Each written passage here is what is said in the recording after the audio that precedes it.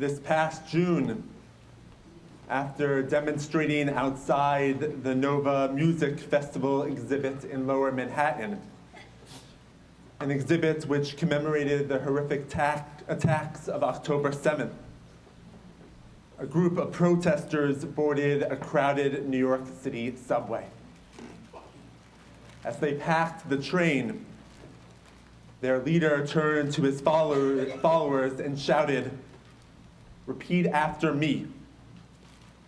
Without hesitation, the group echoed back, "Repeat after me." "Raise your hand if you're a Zionist," he continued. "Raise your hand if you're a Zionist," they repeated. "This is your chance to get out. This is your chance to get out." Silence followed. Not a single hand went up. The leader smirked and said, "No Zionists, we're good." What would have I done if I was on that subway? Would have I sat there quietly, hoping not to be noticed? Would have I raised my hand? Or would have I approached the leader and asked him, "What exactly do you mean by Zionist?" Is he referring to the followers of Nathan Birnbaum, who coined the term Zionist in the late 19th century? Or to Theodor Herzl, the father of modern Zionism? Or was he referring to displaced people finding safe haven in Israel after the Holocaust? Or Soviet Jews seeking a life free from anti-Semitism in Russia? Or is he thinking of the current far-right pro-settler leader like Itamar Ben-Gvir? Because depending on how he defines Zionism, my hand may have been raised or not. What would have I done? What would have you done? The use of the word Zionist as a slur is not new, but it's becoming disturbingly common in recent months. Since October 7th, we've seen a surge in incidents where the term Zionist is weaponized, equated with the policies driving the current war in Gaza and in the north. On college campuses, signs have gone up declaring Zionist not allowed.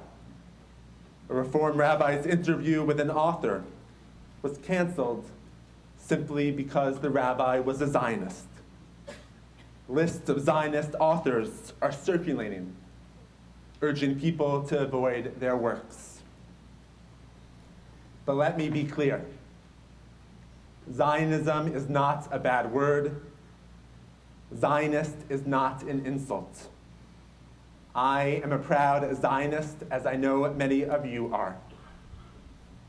The Zionism that I believe in does not make me a colonizer or a racist. It is a Zionism that envisions a Jewish state living in peace alongside a Palestinian state.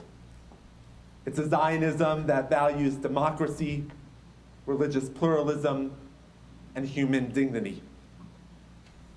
Our challenge today is to reclaim the word Zionist from those who seek to distort it.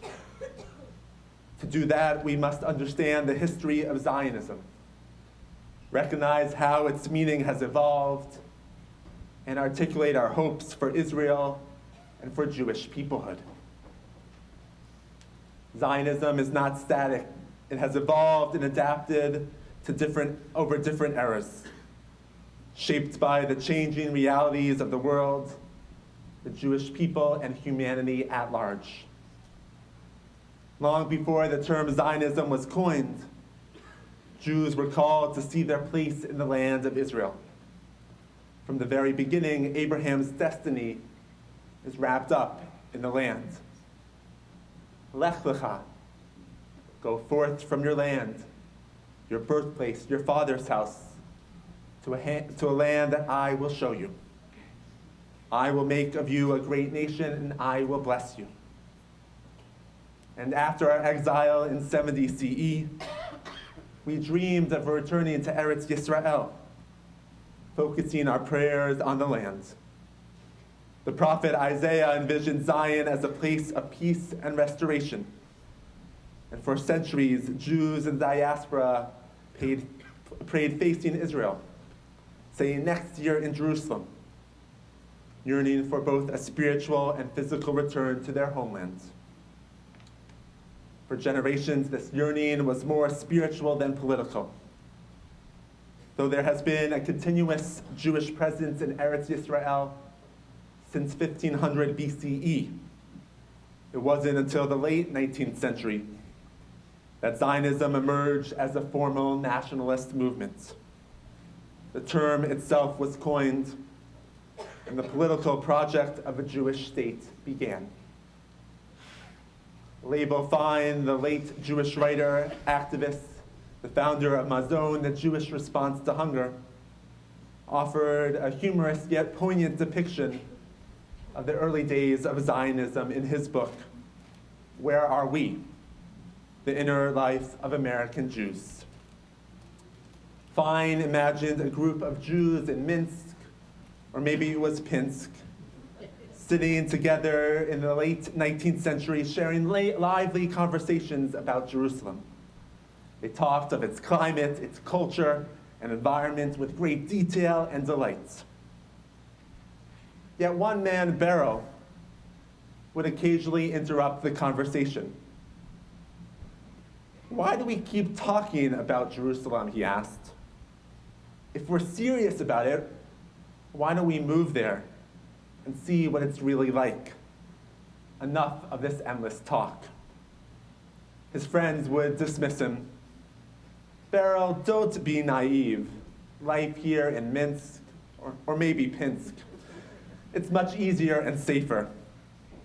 Imagine how hard it would be to start all over in Jerusalem. But the conversation took a turn when their non-Jewish friends joined one evening. After the visit, one of the Jews asked, "What do people like you think of people like us?" Their guest replied with politeness, but added, "There's one thing that bothers us. Your people seem to believe you're morally superior to everyone else. Now, I don't think you're worse than average, but the moral conceit is frustrating." The Jews didn't deny it. Instead, they tried to explain it. "We do think we're morally superior," they said, "because Jews don't hunt, and that makes us better than you." The guest laughed and retorted, "Of course you don't hunt. We don't allow you to own guns." And with that, Beryl's friends turned to him and said, "Tomorrow we pack.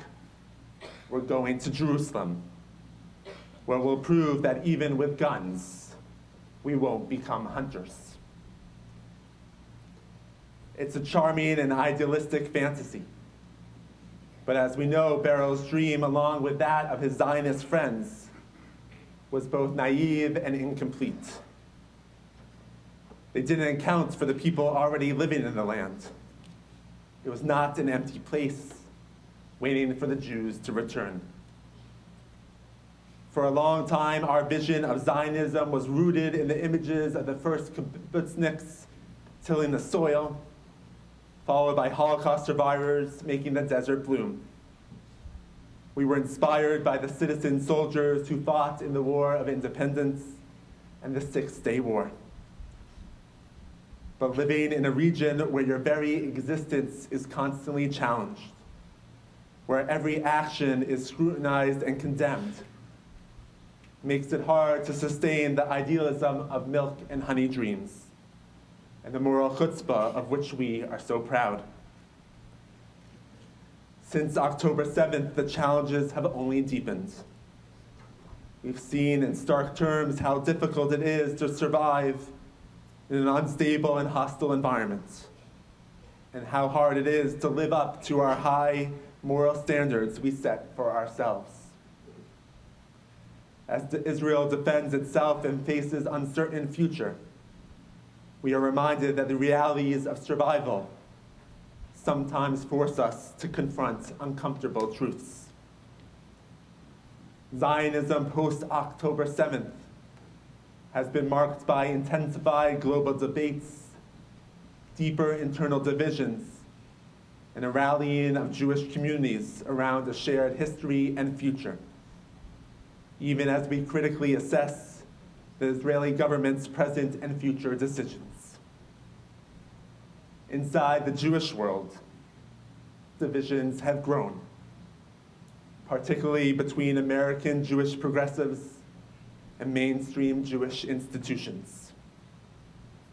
Groups like Jewish Voices for Peace and If Not Now have negated traditional Zionism, not only aligning themselves with those who strongly condemn Israel's actions, but are even beginning to question if the need for a Jewish state. This has deepened fractures as the mainstream Jewish organizations continue to defend Israel's response as necessary for its survival. On the other hand, there is growing religious nationalist view of Zionism that is also tearing apart Jewish peoplehood. Believers who defend Israel's every action and who want to reestablish a Jewish presence in Gaza, and who believe the Jewish people have divine authority to rule from the Jordan River to the Mediterranean Sea. They loudly oppose a ceasefire deal to bring home Israeli hostages and have repeatedly blocked humanitarian assistance from entering Gaza by standing in front of aid trucks.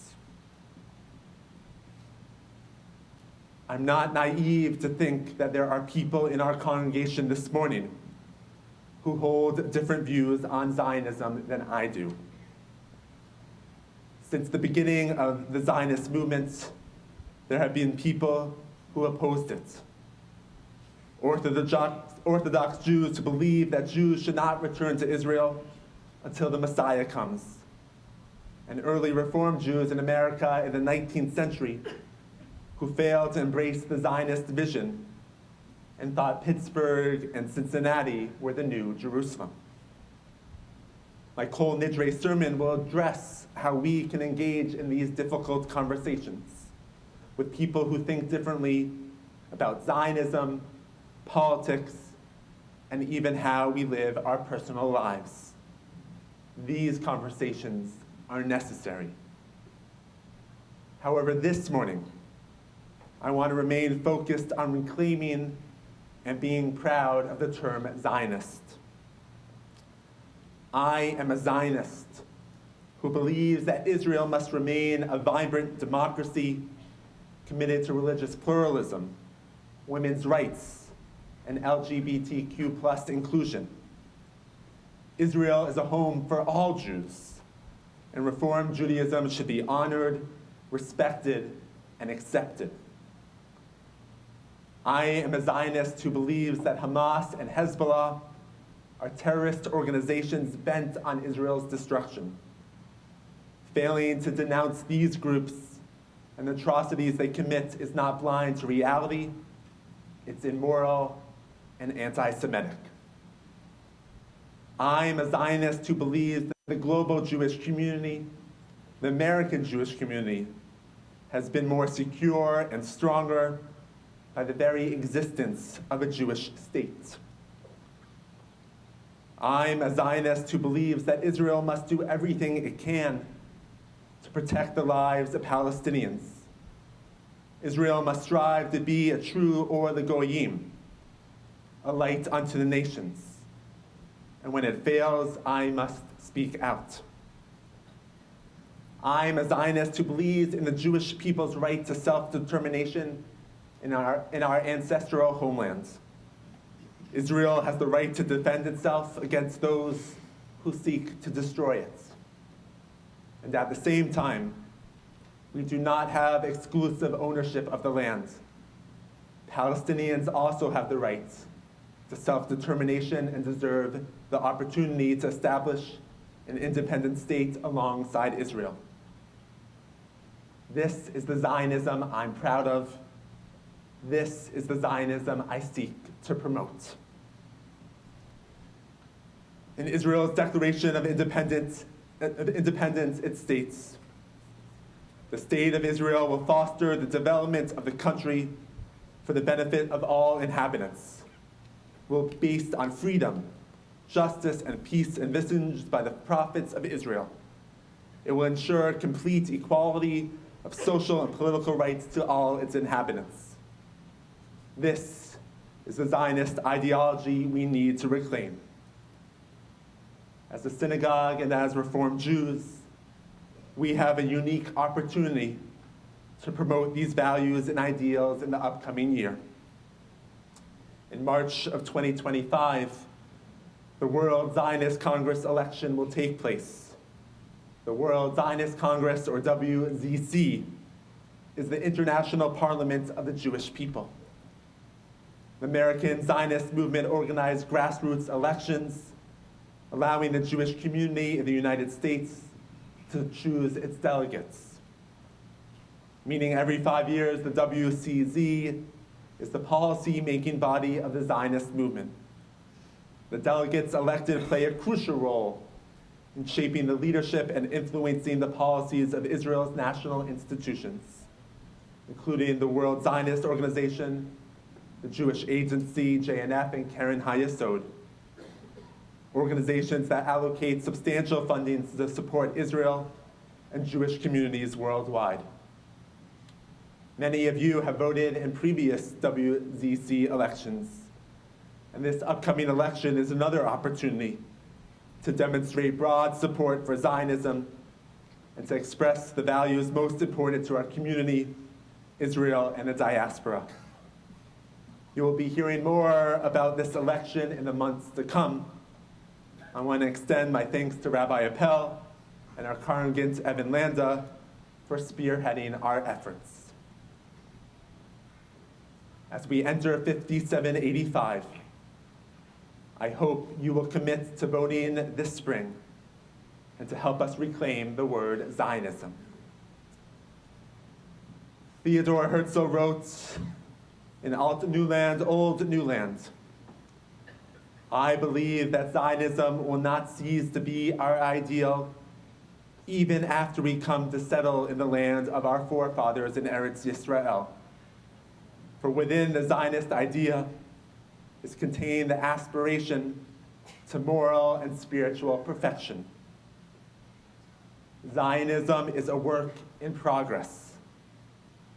The establishment of the State of Israel in 1948 was not the end of the story. It was the beginning. Zionism remains our aspirational dream of what Israel can and should be. Shana Tova." Shana Tova.